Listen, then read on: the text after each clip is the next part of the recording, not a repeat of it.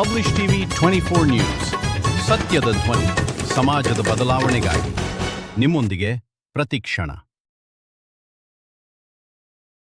ರಾಜತಾಂತ್ರಿಕ ಪರಿಹಾರಕ್ಕಾಗಿ ಇರಾನ್ ಮನವಿಗೆ ಮೇರೆಗೆ ಸೇನಾ ಕಾರ್ಯಾಚರಣೆಯನ್ನು ತಡೆಹಿಡಿಯಲಾಗಿದೆ ಎಂದು ಅಮೆರಿಕ ಅಧ್ಯಕ್ಷ ಡೊನಾಲ್ಡ್ ಟ್ರಂಪ್ ಮಂಗಳವಾರ ಘೋಷಿಸಿದರು.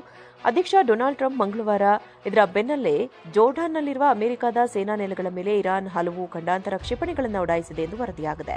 ಜೋರ್ಡಾನ್ ವಿರುದ್ಧ ಇರಾನ್ ನಡೆಸಿದ ದಾಳಿಯನ್ನು ಕುವೈತ್, ಕುತಾರ್ ಸೇರಿದಂತೆ ಹಲವು ಗಲ್ಫ್ ದೇಶಗಳು ತೀವ್ರವಾಗಿ ಖಂಡಿಸಿವೆ. ದಾಳಿಯು ಜೋರ್ಡಾನ್ನ ಸಾರ್ವಭೌಮತ್ವ ಮತ್ತು ಪ್ರಾದೇಶಿಕ ಸಮಗ್ರತೆಯ ಸ್ಪಷ್ಟ ಉಲ್ಲಂಘನೆಯಾಗಿದೆ ಎಂದು ಕುವೈತ್ ವಿದೇಶಾಂಗ ಸಚಿವಾಲಯವು ಆಕ್ರೋಶ ವ್ಯಕ್ತಪಡಿಸಿದೆ. ಕತಾರ್ ಕೂಡ ಜೋರ್ಡಾನ್ ಜೊತೆಗಿನ ಒಗ್ಗಟ್ಟನ್ನು ಪುನರುಚ್ಚರಿಸಿದೆ.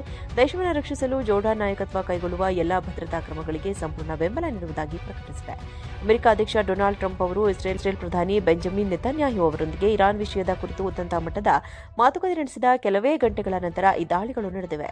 ಪಶ್ಚಿಮ ಏಷ್ಯಾದಲ್ಲಿರುವ ಅಮೆರಿಕದ ಸೇನಾ ನೆಲೆಗಳನ್ನು ಗುರಿಯಾಗಿಸಿ ಇರಾನ್ ಹಲವು ಖಂಡಾಂತರ ಕ್ಷಿಪಣಿಗಳನ್ನು ಉಡಾಯಿಸಿದೆ ಎಂದು ಅಮೆರಿಕ ಸೇನೆಯ ಸೆಂಟ್ರಲ್ ಕಮಾಂಡ್ ತಿಳಿಸಿದೆ. ಇರಾನ್ನ ರೆವಲ್ಯೂಷನರಿ ಗಾರ್ಡ್ಸ್ ಹಾರಿಸಿದ ಎಲ್ಲಾ ಕ್ಷಿಪಣಿಗಳನ್ನು ಅಮೆರಿಕದ ವಾಯುರಕ್ಷಣಾ ವ್ಯವಸ್ಥೆ ಯಶಸ್ವಿಯಾಗಿ ತಡೆದಿದೆ ಎಂದು ಸೆಂಟ್ರಲ್ ಕಮಾಂಡ್ ಸ್ಪಷ್ಟಪಡಿಸಿದೆ.